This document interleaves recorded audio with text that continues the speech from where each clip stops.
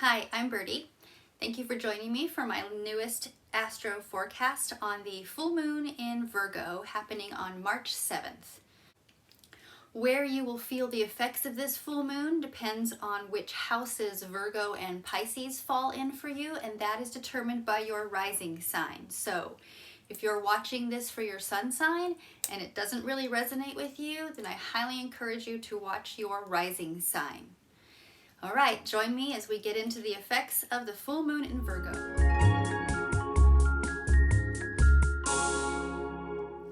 Hello, Pisces rising. Thank you for joining me for this video. Today we are going to talk about the full moon in Virgo coming up on March 7th. Now for you, Pisces rising, this is happening in your 7th house and in your 1st house. So the moon, which is represented by the High Priestess, is the energy of intuition, inner wisdom, and spirituality. The moon is over here in your 7th house, the house of relationships, unions, partnerships, and marriages. It is opposite of the sun. The sun brings the energy of vitality, creativity, and joy. It is opposite the sun in your 1st house, the house of Pisces. This is the house of self, identity, appearance, and perspective on the world. So there's some tension going on here. When you have a full moon, the sun and the moon are on opposite sides of the earth, and when we have planets or celestial bodies in opposition, there is tension. It's like the pulling of a rubber band. If you pull too far on the rubber band, it's going to snap. So the goal is balance, not one or the other, but balance. So you are being shown the need to balance between who you are as an individual versus who you are in a relationship. The sun is not alone in your 1st house, Pisces. There's a lot going on with you and who you are and how you show up in the world, who you identify as, and the way that you see the world. In addition to the sun in your 1st house, you also have Mercury. Mercury is the magician. This is the energy of manifestation, action, and communication. Mercury is also here in the 1st house, bringing that messaging, that communication, that flow of data and information to your self, identity, who you are, and who you think you are.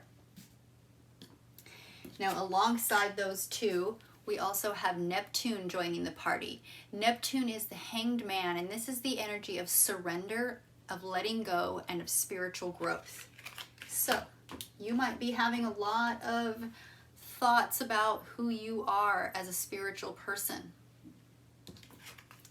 And Pisces, you're already a very emotionally aware and spiritually aware person, so this is just heightening that for you.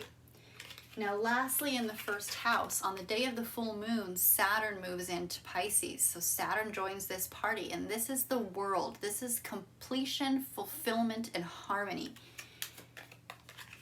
This energy comes in, and all of these planets are opposing the moon. So the moon is really highlighting some emotional feelings around who you are in a relationship or a partnership, and this can be a romantic relationship, or it can be a best friendship, it can be a business partnership, but this is you in a relationship, and this is your emotional self in a relationship versus you shining as your own individual.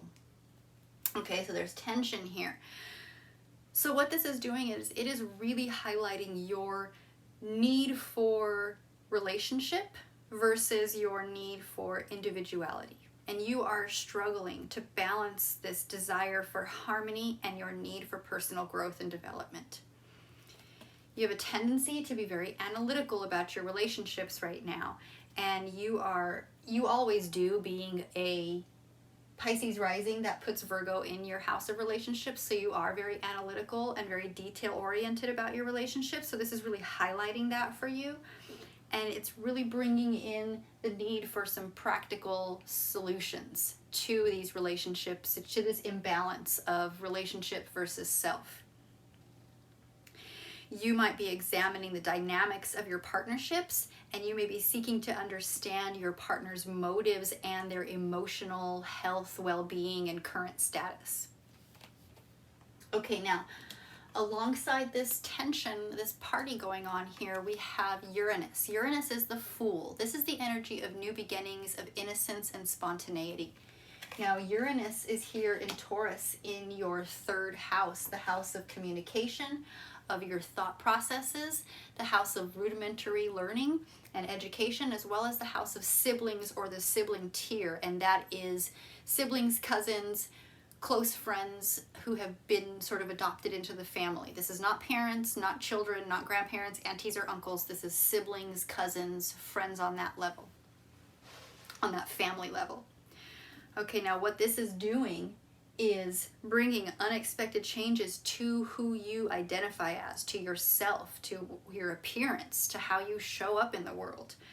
This is really giving you this energy of needing to break free from these old patterns and find new and innovative ways to express who you are, how you look, your perspective on the world, which has a big play into who you are, to your personality, and to who people see you as. Now the moon over here in your 7th house is also making an aspect to Uranus. This is 120 degrees away, so this is a trine, and it's bringing luck. What this is doing is really showing your desire for independence and for freedom within your relationships. You are seeking new ways to assert your individuality and to balance that individual freedom with your relationship status, with your partners, with your union, with your business partnership or relationship. Now we also have Venus. Venus is the Empress. This is the energy of abundance, of nurturing and creativity. And Venus is in Aries, right here in your 2nd house. Okay, so here we have Venus in your house of resources, of money, of finances, of tools. Venus in this 2nd house is making a 60-degree angle to Mars. Mars is represented by the Tower, and this is the energy of crisis and upheaval for the purpose of revelation. So Mars is here in Gemini in your house of home.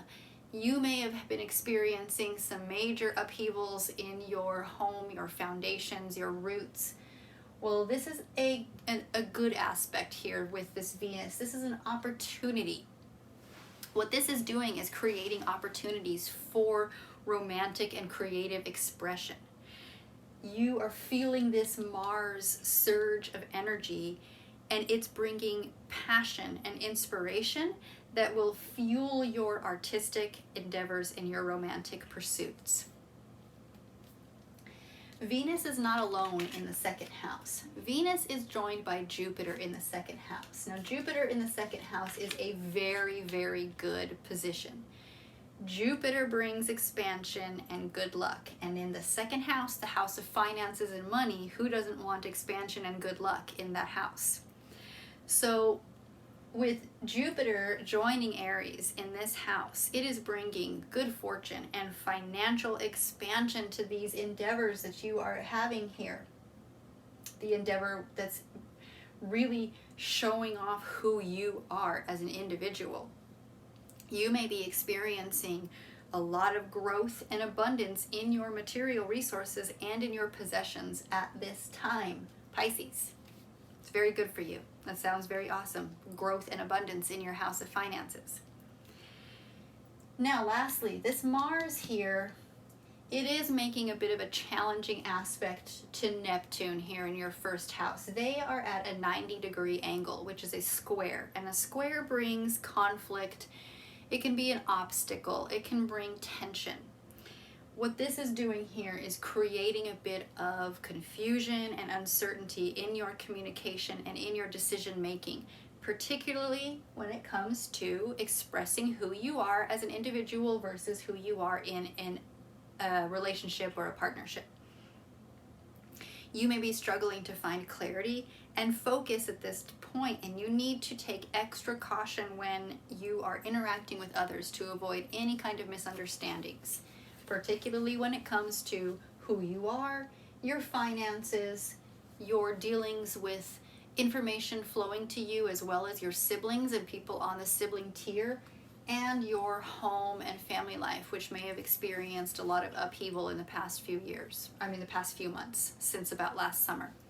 That's all I have for you today, Pisces. Thank you for joining me, and I'll see you in the next video.